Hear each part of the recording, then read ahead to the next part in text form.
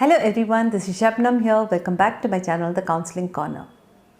In spite of a lot of experts repeatedly telling that we need to avoid harshly punishing the child to get the child to behave well, unfortunately I am seeing a lot of cases where children have been harshly punished to get them behave well. Parents are doing this without even realizing that it is going to have serious consequences in the long term. So let's quickly see what are the do's and don'ts while disciplining the child. So the first thing is that avoid shouting, screaming and beating the child, especially when you're teaching the child. I still remember as a child, my dad used to teach me maths, and when every mistake I made, he used to hit me hard on my head. And with the fear that I'm going to get hit, I used to make even more mistakes and get even more beatings. And eventually I started developing an aversion to maths and also believing that I can never do maths. So no, you have to have a lot of patience while teaching the child.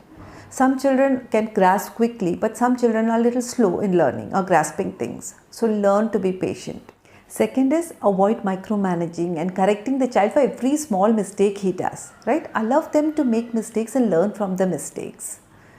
Third point, very important, avoid the 3 C's, that is criticizing, complaining and comparing your children with others. Because see, many parents know they have a belief that by putting the child down or shaming them in front of others, the child will feel bad and he will behave better. But this only has a negative consequences. It kills the self-esteem of the child and makes his condition even more worse. The fourth point is that if the child is a small child and if you want to get the child to behave well, you can follow the token system. So in the market, if you see, you get small colorful tokens, you can purchase them, and in each token you can write like rupees 2, rupees 5, rupees 10, and you can put it in the box. You can discuss this with the child, and if the child behaves well, for example, the child completes his homework or the child does not get angry throughout the day, maybe rupees 10, complete the homework, rupees 5. You can put these tokens into the box.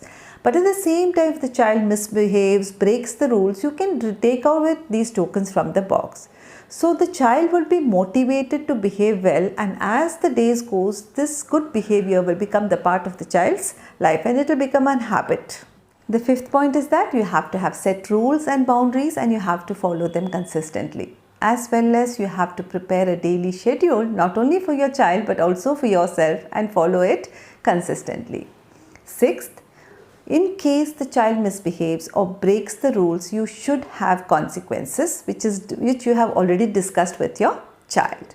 But ensure that these consequences are not harsh, but simple, like taking away the priorities.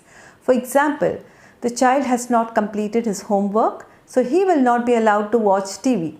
Or the child has shown a lot of anger or misbehaved, so you will not allow the child to go out and play with his friends. The last point is that you have to be the role model for your child. You have to behave the same manner in which you want your child to behave. These days, children don't like to listen to instructions and they don't follow instructions. They just keep observing us and following what we do. So be the ultimate role model of your child if you want to get your child to behave well. So hope this information was useful to you, and in case it was useful to you, please do give me a thumbs up. Do share my video with your friends, subscribe to my channel The Counselling Corner, and most importantly hit the bell icon so that you get timely notifications whenever I post my new video. Thank you so much. See you next time.